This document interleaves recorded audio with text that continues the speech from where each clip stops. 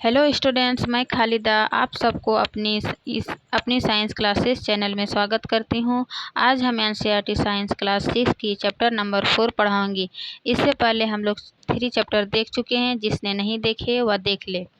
और हाँ, आप लोग अपनी चैनल को लाइक एंड सब्सक्राइब ज़रूर करें ताकि इसी तरह का वीडियो आते रहेगा जो आप लोग के लिए काफ़ी महत्वपूर्ण होगा। चलिए शुरू करते हैं आज की क्लास। चैप्टर नंबर 4, वस्तुओं के समूह बनाना। हम अपने चारों ओर विभिन्न प्रकार के वस्तुएं देखते हैं। जैसे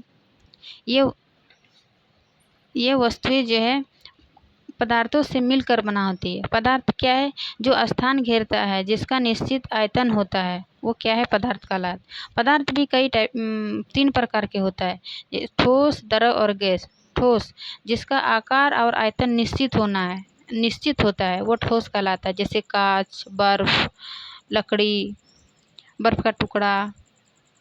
और द्रव जिसका आकार अनिश्चित होता है परंतु आयतन निश्चित होता है। मीन्स ये जिस भी बर्तन में रख दो वो उसका आकार अलग हो जाता है और लेकिन उसका आयतन नहीं बदलता है।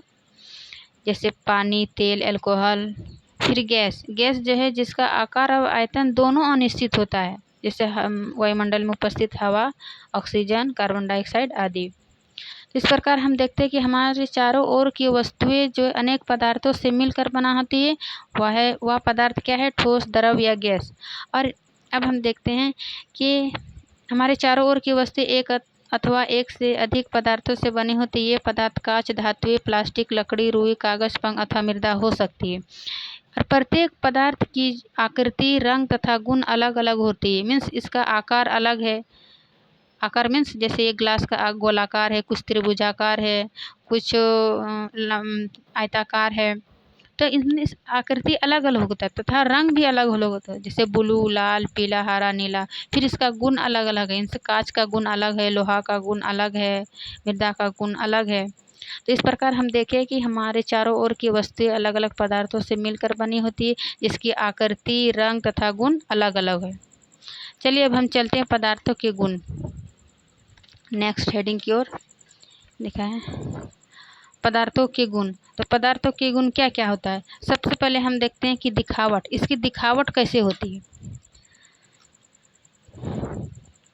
देखिए, पदार्थ जिनमें एक इस प्रकार की धुती होती है ये प्रायः धातु कहलाते हैं। मीन्स ये जैसे कि लोहे का एक टुकड़ा काट के दिखाया, धुती में से जिसमें चमक होती है वो क्या है? पदार्थ है।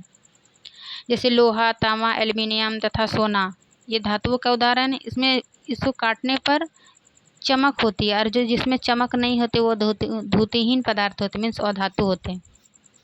कभी कभी ये पदार्थ जो है वायुमंडल में उपस्थित ऑक्सीजन तथा नमी से अभिक्रिया करके जैसे लोहे में जंग लगना, तो ये अपनी गुण खो देता है, मतलब धुतीहीन हो जाता है, उसकी चमक अपनी खो देती है। ये धुतीहीन वस्तु कहलाता है। फिर है कठोरता। मीन्स पदार्थों के गुण में है। इसका दिखावट में हम देख लिए कि ये चमकदार होती है, कुछ अपने वातावरण में वायु एवं नमी से अभिक्रिया कर ये अपना गुण खो देता है। फिर है उसकी कठोरता। कठोरता क्या है? कि वे पदार्थ जिन्हें आसानी से संपीड़ित किया जा सकता है अथवा खरोंचा जा सकता है। मीन्स जैसे कांच को कठोर, उसको दबाने से दबेगा नहीं ना, मतलब वो आसानी से संपीड़ित नहीं किया जा सकता है। जैसे पत्थर, कांच, ये क्या हुआ? कोमल, कठोरता। फिर आगे चलते कोमल। कोमल क्या है? जबकि अन्य पदार्थ जिन्हें संपीड़ित करना आसान होता है वो क्या है? कोमलता हुआ। जैसे कि रबड़ है ना, उसको आसानी से दबाया जा सकता है। रुई, स्पंज। फिर एक क्रियाकलाप दिया हुआ है, इसका हेडिंग क्या है? विलय अथवा अविलय। विलय वे पदार्थ है जो पानी में आसानी से घुल जाता है। जैसे हम लोग शरबत बनाते हैं, नमक, चीनी पानी में डालते हैं, वो क्या होता है? घुल जाता है। मीन्स घुलने वाले पदार्थ क्या है? विलय। और अविलय क्या है? जो कि पानी में नहीं घुल पाता है। जैसे कि हम बालू डालेंगे, पत्थर डालेंगे तो वो घुलेगा, नहीं, तो वो अविलेय पदार्थ है। जैसे यहाँ चार्ट में दिखाया गया है कि पदार्थ जल में जो लुप्त हो जाता है। नमक क्या है, जल में पूर्णतः लुप्त हो जाता है, मीन्स घुल जाता है। चीनी भी पूर्णतः घुल जाता है। बालू घुलता है नहीं, तो वो ये क्या है, अविलेय पदार्थ जो जल में नहीं घुल पाता है। फिर चौक पाउडर भी अविलेय, लकड़ी का बुरादा भी अविलेय होगा। फिर आगे चलते हैं। अब कुछ पदार्थ है जो मतलब थोड़ा बहुत घुलता है, भली भांति उसका पूर्ण रूप से नहीं घुल पाता है, आंशिक रूप से घुलता है। जैसे कि सिरका है ना, भली भांति मिश्रित होता है, सिरका भली भांति मिश्रित हो जाता है। फिर नींबू का रस, लेकिन जब सरसों का तेल, नारियल का तेल या किरोसिन तेल पानी में जब घुल जाता है, वो पूर्णतः नहीं घुल पाता है, पानी और जल के माध्यम में रहता है। ठीक। फिर है कुछ गैस जो जल में विलीन होता है। कुछ ऐसे गैस का नाम बता सकते हैं जो जल में विलीन है। आप याद कर सकते हैं कि जल में जो जंतु है, जैसे तालाब, नदी, ये जल में कहाँ से उसको ऑक्सीजन मिलता है। हम तो खुले वातावरण में ऑक्सीजन सांस ले लेते हैं, उपस्थित है ऑक्सीजन वातावरण में, लेकिन ये जलीय जीव कहाँ से ऑक्सीजन प्राप्त करता है। इसका मतलब है कि जल में भी विलीन ऑक्सीजन है, तब ना जीव जंतु सांस लेते हैं। यानी जल में विलय गैस क्या है, ऑक्सीजन। फिर है वस्तुएं जल में तैर अथवा डूब सकती है। पूछ रहे कौन सा वस्तु जल में तैर सकता है अथवा डूब सकता है। तो यहाँ देखते हैं, हम बाल्टी में कुछ पानी लेते हैं, उसके बाद कुछ पदार्थ डालते हैं, तो इससे निष्कर्ष निकलता है कि कुछ हल्का पदार्थ डालते हैं तो वह तैरने लगता है, और जब भारी, जिसका आकार लोहा, कांच, भारी, पानी में डूब जाता है। ठीक। यानी हल्के वस्तुएं पानी में तैरती है और भारी वस्तुएं पानी में डूब जाती है। फिर है पदार्थ को तीन भागों में बांट सकते हैं, जैसे पारदर्शिता, अपारदर्शी तथा पारभासी। पारदर्शी में क्या होता है कि उन पदार्थों अथवा सामग्री जिनसे होकर वस्तु देखे जा सकते हैं, पारदर्शी कहते हैं। जैसे कांच, जल, वायु अथवा कुछ प्लास्टिक पदार्थ पारदर्शी पदार्थ कहलाते हैं। जैसे हम लोग दुकान में देखते हैं ना, ये कांच की बोतलें रखे रहते हैं, बिस्किट, नमकीन, तो ये क्या है, हमें बाहर से ही दिख पा रहा है कि अंदर क्या है, तो ये क्या है, पारदर्शी पदार्थ। फिर है अपारदर्शी। अपारदर्शी जिनसे होकर पदार्थ नहीं देखे जा सकते। इन पदार्थों को जैसे लकड़ी का बॉक्स हुआ, गत्ते का डिब्बे अथवा टीन का बॉक्स, इसमें बॉक्स के अंदर क्या है हम नहीं देख पा रहे, मीन्स ये अपारदर्शी पदार्थ कहलाता है। इसका उदाहरण याद रखिएगा, लकड़ी, गत्ता अथवा धातुएं। पारदर्शी का भी उदाहरण याद रखिएगा, कांच, जल, वायु अथवा कुछ प्लास्टिक। फिर हम आते हैं पारभासी की ओर। पारभासी क्या है, ऐसे पदार्थ जिनसे होकर वस्तुओं को देख तो सकते हैं परंतु बहुत स्पष्ट नहीं देखे जा सकते। जैसे हम लोग अध्याय 1 में देखे हैं कि कागज़ में तेल का धब्बा लगाए थे, जो वसा का परीक्षण किए थे। सेम इसी में यहाँ पर भी हम देख सकते हैं कि जब कागज़ में तेल लगाएंगे तो हम आर पार तो देख सकते हैं परंतु स्पष्ट नहीं देख सकते हैं कि क्या है। तो ये क्या है, पारभासी है। इसका एक और एग्जांपल देख सकते हैं, जैसे यहाँ हथेली में टॉर्च को जला कर देखते हैं तो हथेली में हम क्या होता है, रोशनी दिखाई पड़ता है, हल्का हल्का, मतलब पारभासी। इसका उदाहरण दे सकते हैं। अब हम अभ्यास की ओर चलते हैं। जैसे लकड़ी से बनाई जा सकने वाली 5 वस्तुओं के नाम लिखिए। लकड़ी से बनाई जा सकने के, जैसे टेबल, कुर्सी, मेज, ये सब। फिर निम्नलिखित में से चमकदार पदार्थों का चयन कीजिए। चमकदार पदार्थ क्या था, कांच, धातु जिसमें धूती होता है। फिर निम्नलिखित वस्तुओं का मिलान उन पदार्थों से कीजिए जिनसे उन्हें बनाया जा सकता है। याद रखिए, कोई वस्तु एक से अधिक पदार्थों से भी मिलकर बनी होती है तथा किसी दिए गए पदार्थों का उपयोग बहुत सी वस्तुओं को बनाने में भी किया जा सकता है। अब यहाँ सूची 1 और सूची 2 में मिलान कीजिए। जैसे पुस्तक किस चीज़ की बनी होती है, कागज़ की। फिर गिलास कांच की, कुर्सी लकड़ी की, खिलौना प्लास्टिक की, जूता चमड़ा की।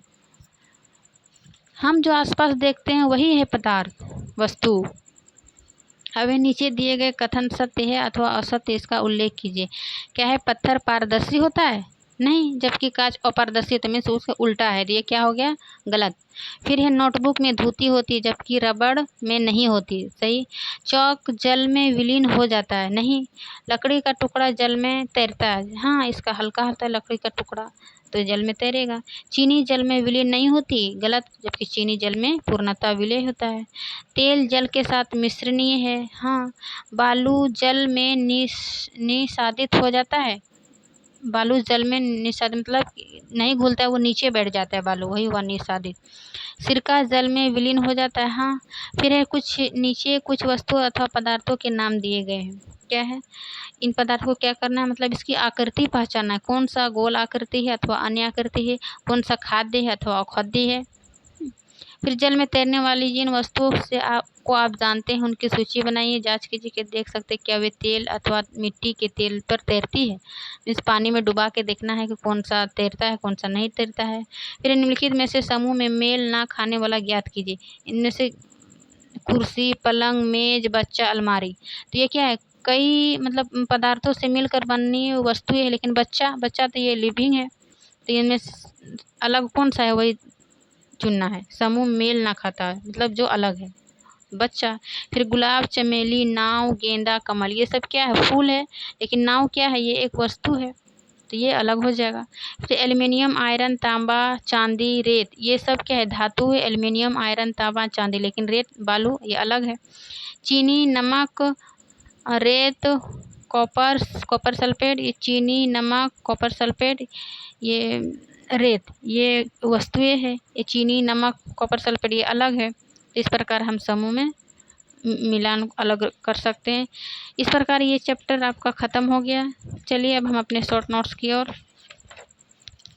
आप लोग नोट्स बना के ज़रूर रखें, हम एनसीईआरटी का पूरा निचोड़ दे रहे हैं आपको।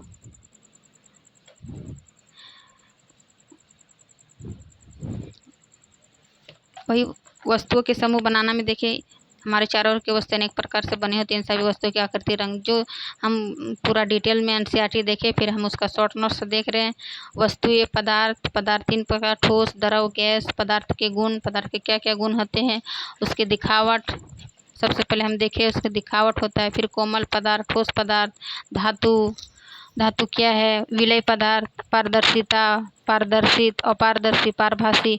फिर है एक इसमें आर्किमिडीज का सिद्धांत, मतलब जो पानी में हल्की वस्तु तैरती है और भारी वस्तु डूब जाती है, ये आर्किमिडीज सिद्धांत का उदाहरण है। आप लोग इसको यहाँ पर समझा देते हैं, बुक में उतना नहीं था।